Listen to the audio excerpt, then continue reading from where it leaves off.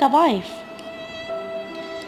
माना कि तवाइफ को हमारे माशरे में बहुत ही बुरी नज़र से देखा जाता है और जहाँ कहीं भी अगर इनका कोई जिक्र आ जाए तो कान पकड़ लिए जाते हैं। कौन अंदर से कैसा है ये तो अल्लाह ही जानता है। हम अच्छे लोगों को अच्छा समझते हैं और हम ये समझते हैं कि जो बुरे हैं वो बुरे ही हैं।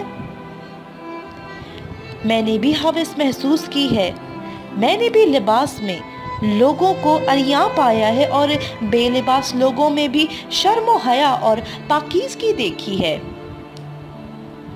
मैंने भी गुनाहों में डूबे हुए लोगों को रातों को जाग जाग कर अल्लाह के आगे रोते और गिड़गिड़ाते हुए देखा है और नेकी करने वालों को दूसरों पे हंसते और उनका मजाक उड़ाते हुए सुना है।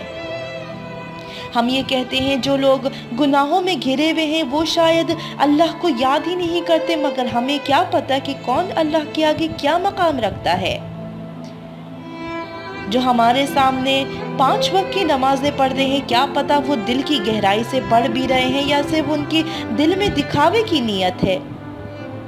लोगों को दिल के अंदर से बुरा समझने वाले और लोगों का मजाक बनाने वाले जितनी भी नमाजें पढ़े क्या फर्क पड़ता है।